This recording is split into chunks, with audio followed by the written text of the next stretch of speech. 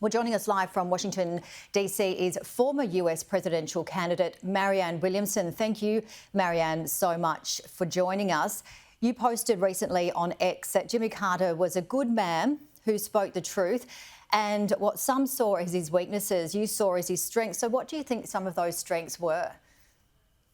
Well, for instance, when the hostages were taken, the American hostages were taken in Tehran, there was a lot of talk about his doing a kind of Rambo type of action, just going in there. Everyone would have been killed. So yes, they did not come back immediately, but they came back alive. And that to me was an example of how sometimes he felt that the sort of cowboy routine was not the best of what humanity had to show for itself, and obviously has not been the best foreign policy and would not have been at that time. So it's, as you said, he was a great humanitarian. He was a very good man. And I think at this point in American history, it's good for us as a country to be reminded of that. We need to see goodness. I was glad to see that the comments from our President-elect Trump were kind and respectful.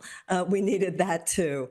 So this was a life well lived. You know, he lived to be 100 years old. He left a great legacy, both after his presidency, obviously, but I think even during his presidency, more than he's given credit for.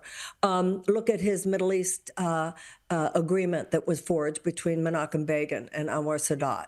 That was a very, very big deal. It was Carter, and then Clinton was the last American president to try to do the right thing in ways that I think might have prevented the horrors that we are seeing right now. Absolutely, and as we've been reading, is well known for believing in never going to bed angry and always making peace. As you mentioned, we're hearing some positive comments from all sides of politics. What do you think really stood out from other presidents?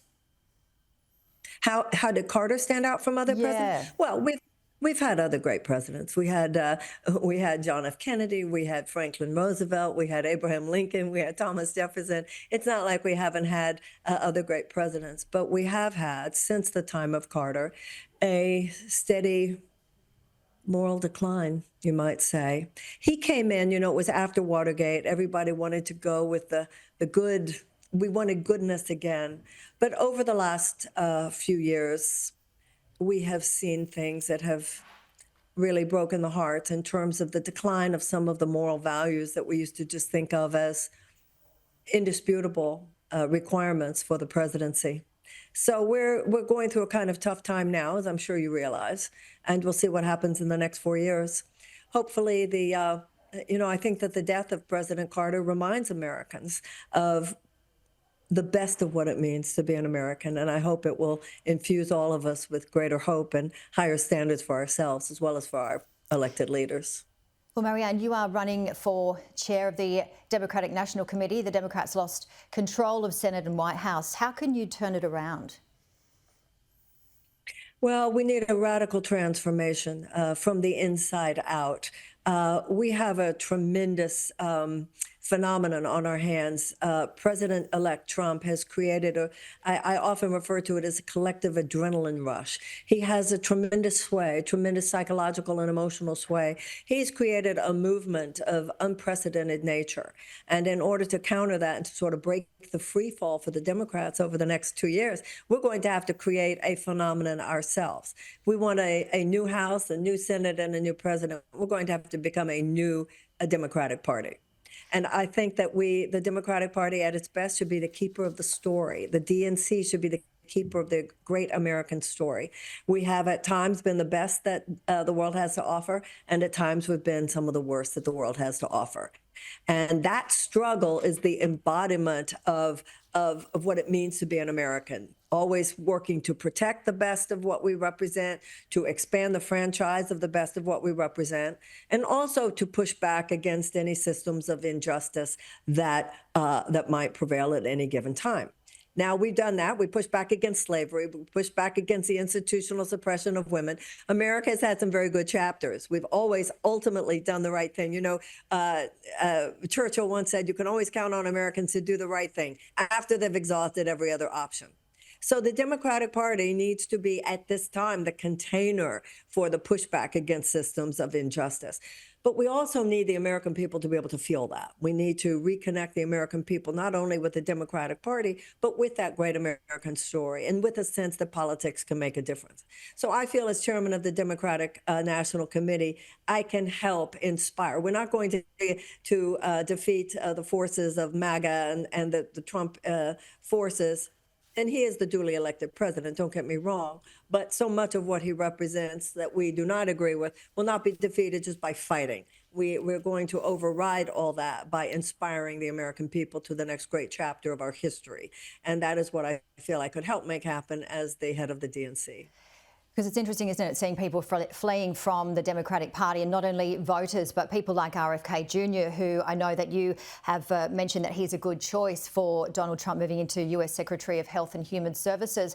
So why do you think it's like people like RFK Jr., Joe Rogan, Elon Musk, to name a few high-profile people that have changed from the Democrats to the Republicans? And I know we've spoken before, you said you wouldn't change to a Republican, but seeing the likes of RFK Jr., for example, who you think is a good choice for Donald Trump. Well, don't forget, Janie, Bobby Kennedy Jr. tried to run as a Democrat. We didn't have to. The idea that the Republicans are now seen as the great celebrants of preventative medicine and fighting the worst aspects of big pharma, it's like a horrifying failure on the part of the Democratic Party. This should never have been allowed to happen. And so this is one we let get away, as it were. And of course, he just took his toys and he went right over there. As you pointed out, I would not do that, because I just do not have. I'm not in alignment. I'm not in agreement politically with the policies of Donald Trump for the most part. When it comes to health, what we really need is what you guys have. We need universal health care like every other advanced nation. We need the same kind of situation as you have in Australia when it comes to tuition-free college and tech school. You have a very good system. So Americans have been trained to expect too little.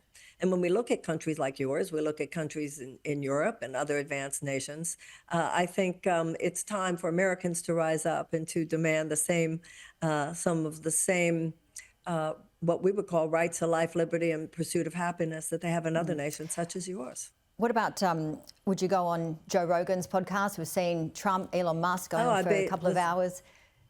Of course, I've been trying to go on Joe Rogan for years, actually, when I ran for president. So any American, I think Kamala Harris refusing to go on Joe Rogan was one of the big mistakes that she made during her campaign. He's an American phenomenon, and so yes, with the Democrats, with the convention, and I know how when you tried to get that open convention, they didn't allow it. There was a whole lot of mess going on there. So as a chair, how would you change that? And do you think, how is that going to be changed? And remind us again, just quickly, because we're almost right out of time, what that process was and why we didn't get people from the primaries to the national convention.